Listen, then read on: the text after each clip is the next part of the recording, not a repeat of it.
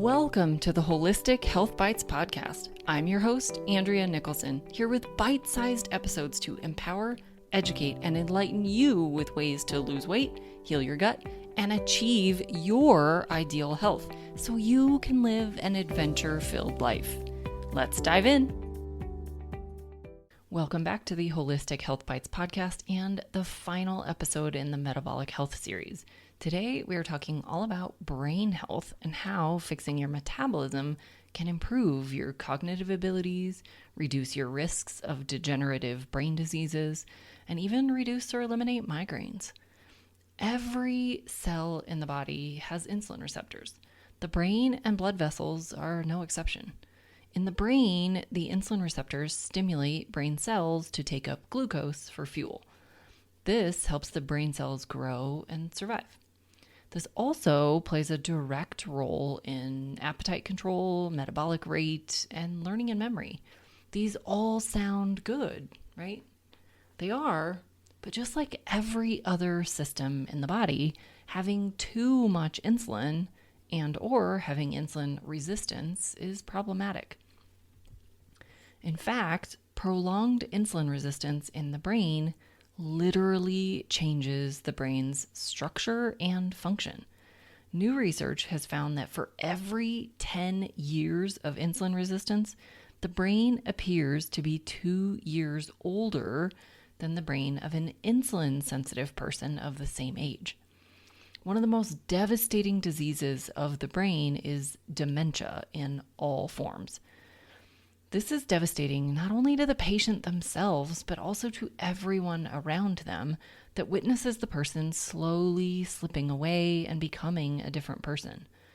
Alzheimer's is the most common form of dementia, accounting for up to 80% of all cases. While scientists still have a lot to learn about dementia, they have found a profound link to insulin resistance of the brain. This is precisely why many in the field now refer to Alzheimer's as type 3 diabetes. Researchers have long believed that these diseases were due to plaques forming in the brain. However, this theory is losing popularity because many people without any signs of dementia also have these same plaques. And it turns out that much of the data used in the initial studies that formed the plaque theory were flawed. Insulin resistance in the brain is the more likely scenario for many forms of dementia, as higher fasting insulin was found to have a stronger statistical significance than even age does. Insulin may also increase the formation of plaques in the brain, so even if these plaques do play a role, insulin makes it worse. So how does insulin resistance affect the brain? The brain is a very metabolically active tissue with very high energy demands. After eating a meal, the brain is 100% getting energy from glucose from that meal. When in a fasted state, less than half of the energy is coming from glucose.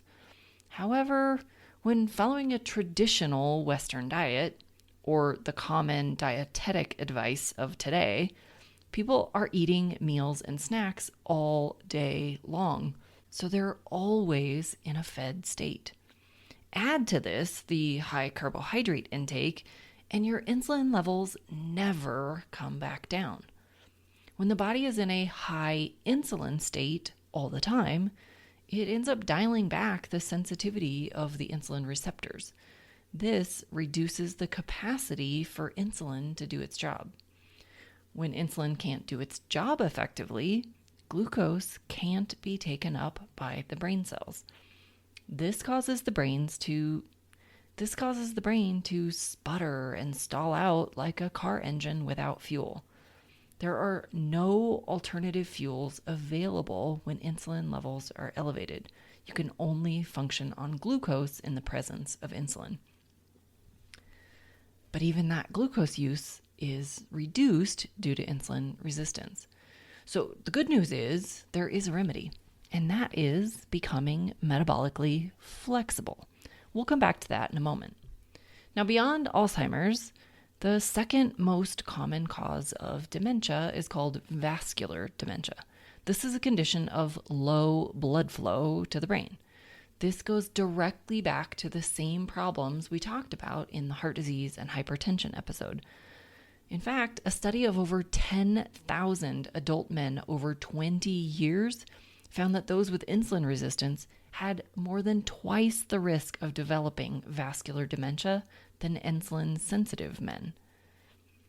So what about other brain disorders? Well, Parkinson's disease is another devastating disease of the brain that causes accumulation of proteins called Lewy bodies in the brain and a loss of dopamine-producing neurons.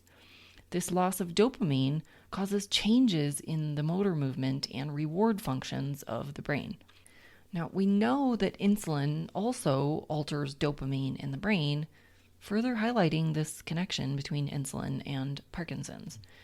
30% of Parkinson's patients also have type 2 diabetes, with potentially up to 80% having insulin resistance.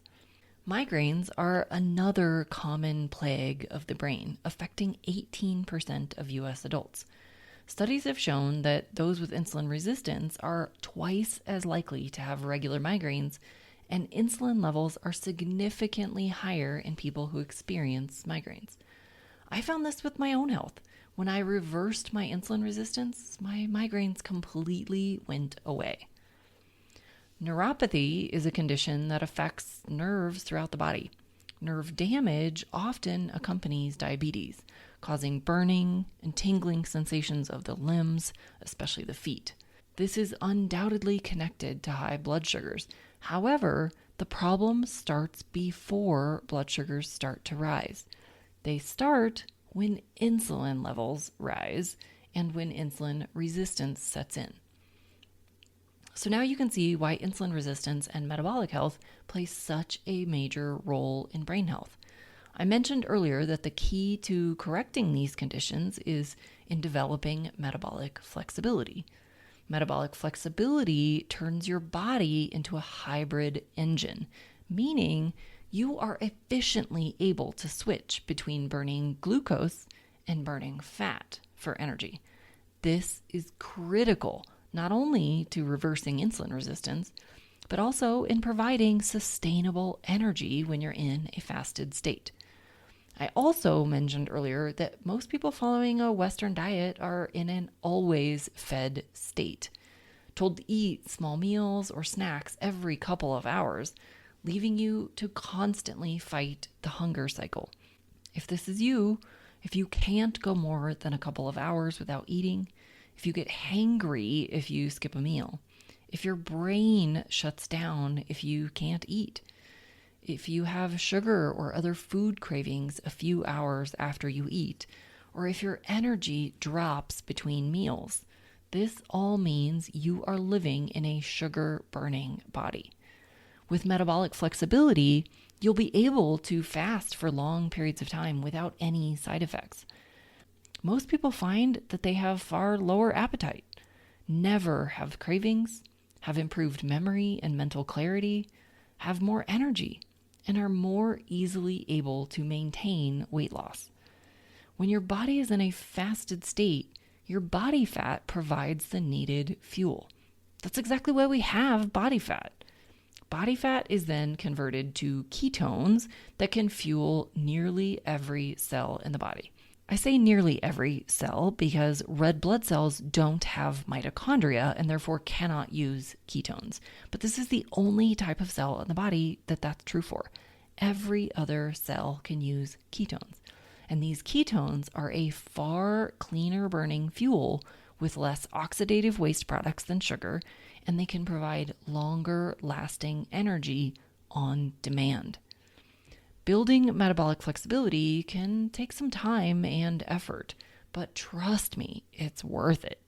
A few things that you can do to help build your metabolic flexibility are, number one, reduce your overall carbohydrate intake while prioritizing proteins and healthy fats. Protein and fat are far more satiating and have less impact on blood sugars. Number two, Stop snacking and focus on only real meals. When you are eating, sit down, relax, focus on your food, and chew thoroughly. And number 3, once you've adjusted to eating only meals and less carbohydrates, try not to eat until you're truly hungry. This might mean that you end up skipping a meal here and there. It might mean that you don't eat until later in the morning. It might mean you have smaller meals. Learning to truly listen to your body is key.